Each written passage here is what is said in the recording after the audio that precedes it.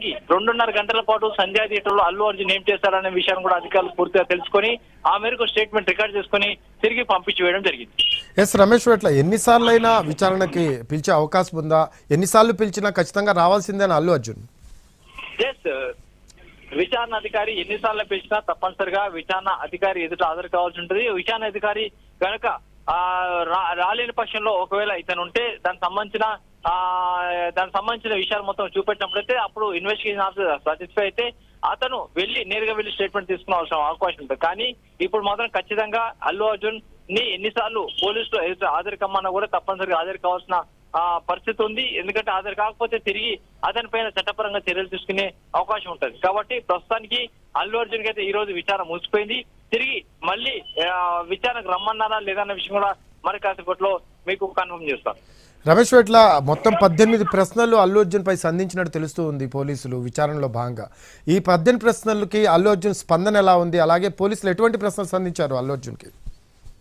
అల్లు అర్జున్ కి దాదాపు ఒక 50 ప్రశ్నలు ఇవ్వడం జరిగింది. 18 కాదు, 50 ప్రశ్నలు ఇవ్వడం జరిగింది. ఈ 50 ప్రశ్నలకు సంబంధించి పూర్తి సమాధానాలు కావాలని కూడా అడగడం జరిగింది. ఈ ప్రశ్నలు మొత్తాన్ని ప్రతి ఒక్కరు కూడా సమాధానంగా అల్లు అర్జున్ తన లీగల్ టీమ్ తో కలిసి సమాధానం చెప్పడం జరిగింది. 2.5 గంటల పాటులో 50కి పైగా క్వశ్చన్ని అతను సమాధానం చేశాడు. దానికి సంబంధించి కూడా పూర్తి స్థాయిలో కూడా ప్రతిదాన్ని కూడా దాటవేసే ప్రయత్నం చేయకపోయినప్పటికీ చేయలేదు కూడా, అందుకు ప్రతిదాన్ని కూడా సమాధానం చెప్పడం జరిగింది. ఎందుకంటే ఇంటి దగ్గర బయలుదేరిన తర్వాత ఎన్ని గంటలకు మీరు ఆర్టిస్ట్ క్రాస్ రోడ్ చేరుకున్నారు, ఆర్టిస్ట్ క్రాస్ రోడ్ నుంచి మీరు ఆ గేట్ వరకు ఎంత టైంలో, అంటే సంధ్యా థియేటర్ గేట్ వరకు ఎంత టైంలో తీసుకున్నారు, గేట్ దగ్గరకు వచ్చిన తర్వాత మిమ్మల్ని మీరు ముందు సీట్ లో ఉంచుకున్న మీరు తిరిగి ఓపెన్ టాప్ లోకి ఎందుకు రమ్మని చెప్పి ఎవరు చెప్పారు, చెప్పిన వాళ్ళు ఎవరు, మీరు ఓపెన్ టాప్ లోకి వచ్చిన తర్వాత అక్కడున్న అభిమానులకు అభివాదం చేస్తూ మీరు ముందుకు వెళ్ళడం జరిగింది.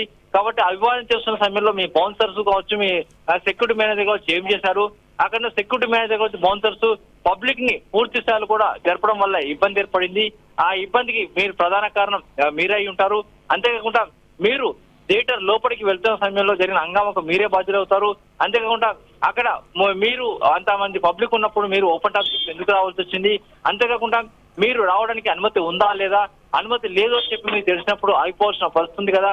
ఒకవేళ ఈ సంధ్యా థియేటర్ యాజమాన్యం అనుమతి తీసుకుంటే ఆ అనుమతి పత్రం మీకు సమర్పించిందా లేదా, ఒకవేళ మైత్రి మూవీస్ కనుక అనుమతి తీసుకుంటే వాళ్ళు ఏమైనా మీకు సమాచారం ఇచ్చారా అన్న విషయంతో పాటు లోపలికి వెళ్ళిన తర్వాత అంటే లోయర్ బాల్కనీ కావచ్చు, అప్పర్ బాల్కనీకి వెళ్లే సమయంలో జరిగిన గొడవ ఏంటి, ఆ సందర్భంలో మీరు చూసిన ఆ విషయాలు ఏంటి, మీ పక్కన ఎక్కడైనా అంటే చనిపోయిన రేవతి కావచ్చు ఆ బాబు మీకు ఎక్కడైనా కనబడ్డాడా, లేకుంటే లోపలికి వెళ్ళిన ఎప్పుడైనా కనబడ్డారా, లోపలికి వెళ్ళిన తర్వాత సినిమా చూసిన సమయంలో ఏం జరిగింది, పోలీసులు మీకు ఎప్పుడు చెప్పారు,